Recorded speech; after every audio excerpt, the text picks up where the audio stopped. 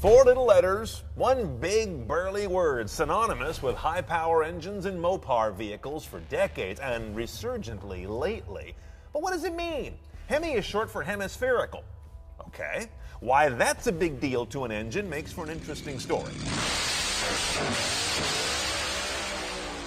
What better place to tell the story of the Hemi than the most famous place that ever built them up? Keith Black Racing Engines here in LA.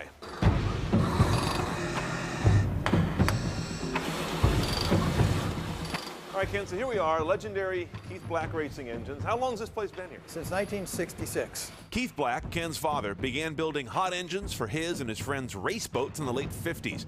Chrysler came calling in 1965, asking Keith to work over their 426 Hemis for dragsters, funny cars, and boats. Soon, the Hemi engine was almost a household word.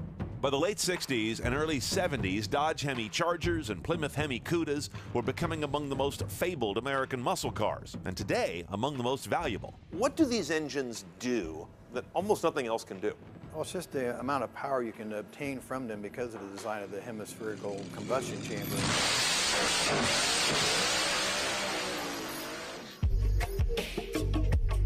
And Hemi comes from what? What does it refer to? For hemispherical, would be the terminology.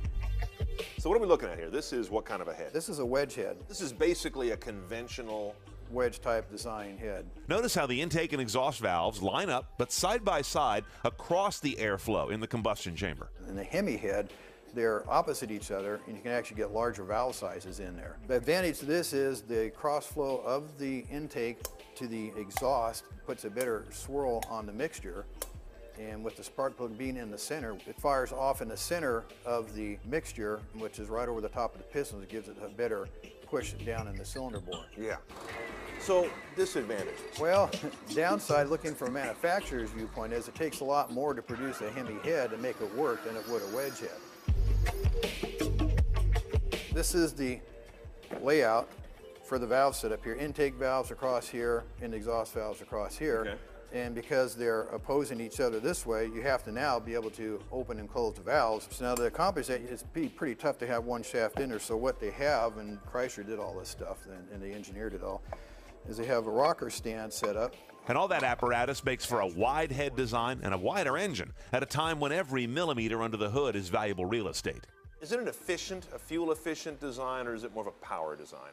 It's, boy, if you talk about, you know, solenoids and everything else, I think it'd probably be, in my opinion, more of a power deal, you know, efficiency. This is making power the old way, right? Yeah, yeah. The old school. Pretty much, yeah.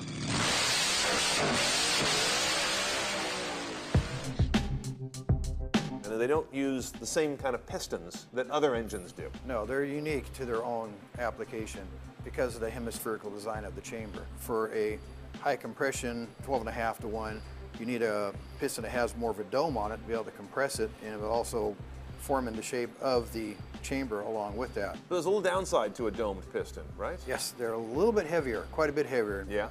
Let me see this guy. It's a big chunk of metal. It's big, yeah. Yeah.